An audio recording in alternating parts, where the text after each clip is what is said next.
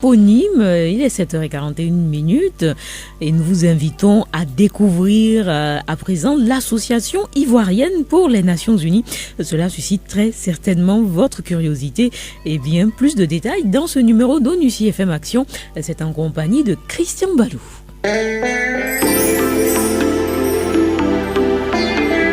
Voici l'entrevue d'ONUCI FM.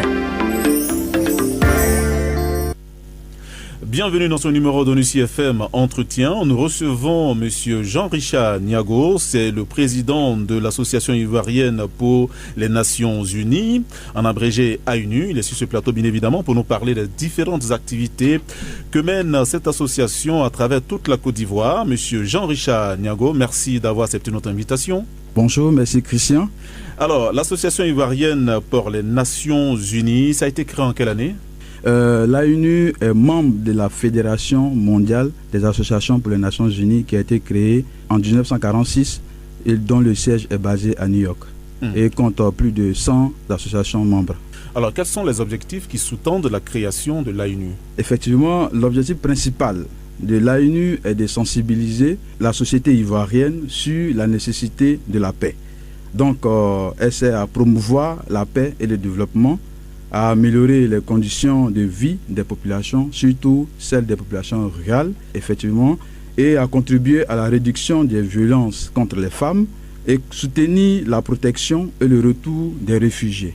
Alors, pourquoi l'AUNU maintenant ? Parce que l'AUNU est là pour faire la promotion des activités de l'ONU, tout ce que l'ONUCI fait en Côte d'Ivoire, mais pourquoi maintenant l'AUNU ? Oui, effectivement, c'est une question qui revient à chaque interview.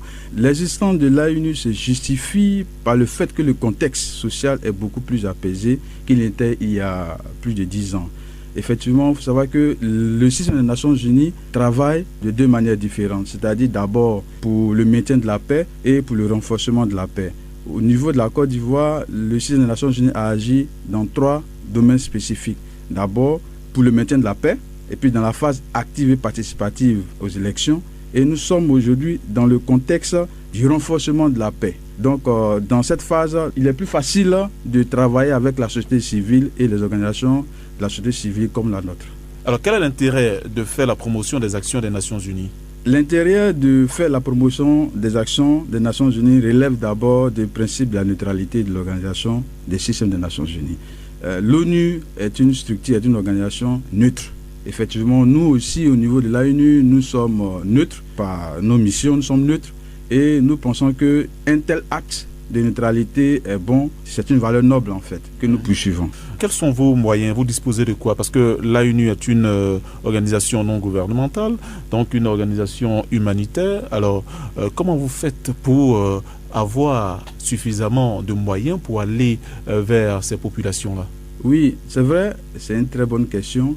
L'ANU est une structure, est une organisation à but non lucratif. Elle compte en son sein plus de 500 membres et nous vivons sur les cotisations des membres. Donc les cotisations mensuelles, les cotisations d'adhésion des membres et aussi des dons et subventions de bonne volonté qui nous aident à aller de l'avant. Alors, tout à l'heure, vous avez parlé de contribution à la visibilité de tout ce que l'ONU fait en Côte d'Ivoire. Mais vous avez entrepris beaucoup d'activités à travers la Côte d'Ivoire. Vous êtes parti dans l'ouest de la Côte d'Ivoire. Est-ce qu'on peut revenir un peu sur ces différentes missions que vous avez menées ? Oui, dans notre stratégie, dans la stratégie d'action de l'ANU, nous avons d'abord sillonné sur l'étendue du territoire national, nous avons sillonné dans les villes de l'intérieur. Donc d'abord au sud, ouest, à l'ouest et à l'est de la Côte d'Ivoire, à travers des missions de prospection et de collecte d'informations. Donc lors de ces missions de collecte d'informations, nous avons pu vivre, nous avons pu recenser les difficultés, nous avons pu faire des constats sur le terrain, dont nous avons dressé un rapport et nous avons fait des propositions et aussi des doléances des populations sont mentionnées dans les différents rapports. Et c'est à la suite de ces missions de prospection que nous avons finalisé notre dossier, notre matrice d'action 2015. Et à travers cette matrice d'action, nous allons compenser maintenant des campagnes de sensibilisation et lancer des programmes d'aide d'urgence pour ces populations des zones sinistrées. Qu'est-ce que vous avez vu dans vos missions de prospection ? Est-ce qu'on peut revenir dans le détail ?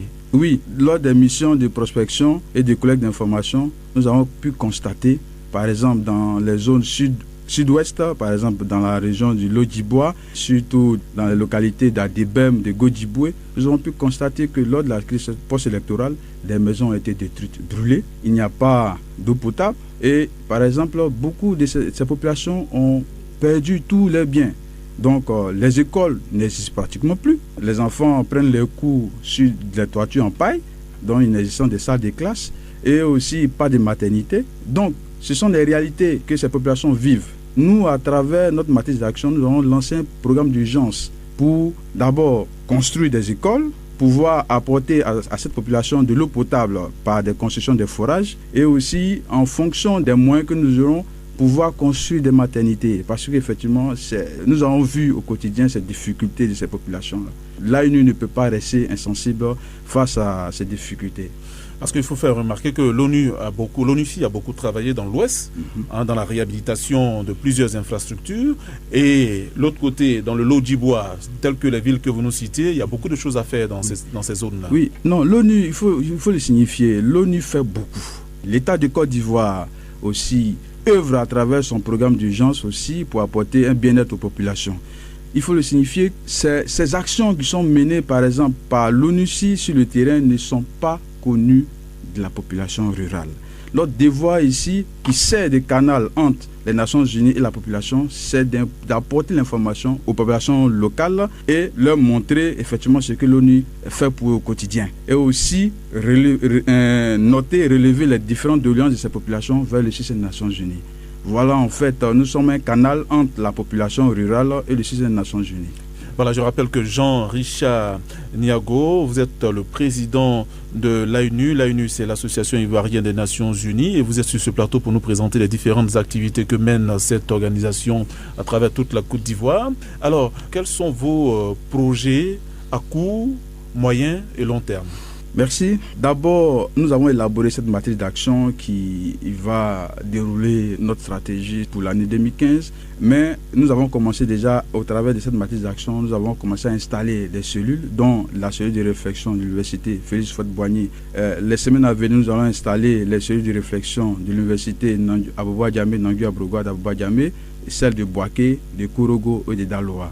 Ensuite, nous commençons l'installation des cellules d'écoute et de dialogue, ceux de ANU, sur toute l'étendue du territoire national. D'abord dans les régions, les districts, les 2 districts, dans les 30 régions de la Côte d'Ivoire, dans les départements, dans les sous-préfectures et dans les zones sinistrées suite à la crise post-électorale. Mais quelles sont les différentes missions de ces cellules de réflexion? Oui, les cellules d'écoute et de dialogue ont pour mission d'identifier les différents problèmes interethniques, communautaires et religieux afin de les soumettre aux Nations Unies, aux autorités gouvernementales compétentes, afin de proposer des solutions. Surtout plus pour la cohésion et du vivre ensemble. Voilà un peu l'objectif, les missions qui sont assignées à ces cellules-là.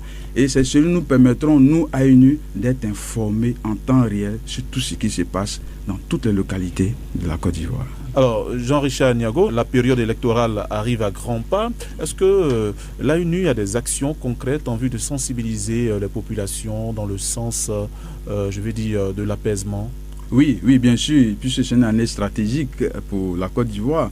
Le défi pour l'ANU en cette période électorale est de contribuer à la confirmation de la stabilité et au retour de la Côte d'Ivoire dans le cercle des pays démocratiques. Effectivement, en prélude à ces élections, l'ANU lancera dans les jours à venir des campagnes de sensibilisation. D'abord, des campagnes de sensibilisation à destination des communautés religieuses, dont nous allons sillonner les églises et les mosquées pour prôner des élections apaisées, amener les dignitaires religieux, les responsables religieux à lancer des messages de paix et de cohésion d'élections apaisées.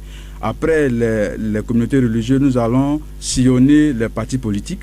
D'abord les responsables des partis politiques, ensuite les responsables des jeunes des partis politiques et ensuite toute la population en général. Des campagnes médias et hors médias seront menées et à la fin nous allons lancer un grand giga meeting qui va réunir tous les jeunes de la Côte d'Ivoire autour de la valeur paix. Car sans la paix, il ne peut y avoir de développement. Et ce giga grand meeting se fera au parc des sports de Treichville avant les élections présidentielles. D'accord, c'est-à-dire que vous allez sillonner la Côte d'Ivoire et l'apothéose va se faire au palais des sports de Treichville avec toutes les communautés, avec tous les jeunes. Voilà. Merci beaucoup Jean-Richard Niago. Je rappelle que vous êtes le président de l'AUNU. L'AUNU attendait l'Association ivoirienne des Nations Unies, et vous étiez sur ce plateau pour nous parler de vos différentes activités. En tout cas, merci d'être venu et bonne chance à vous. Merci, je vous remercie.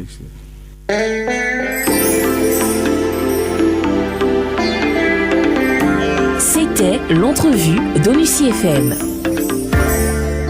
Merci pour ce numéro d'ONUCI FM Action. Christian Valou recevait l'Association ivoirienne pour les Nations Unies. L'AUNU est membre de la Fédération mondiale des associations pour les Nations Unies basée à New York et elle vise notamment à promouvoir la paix et le développement selon son président. 7h53, la météo.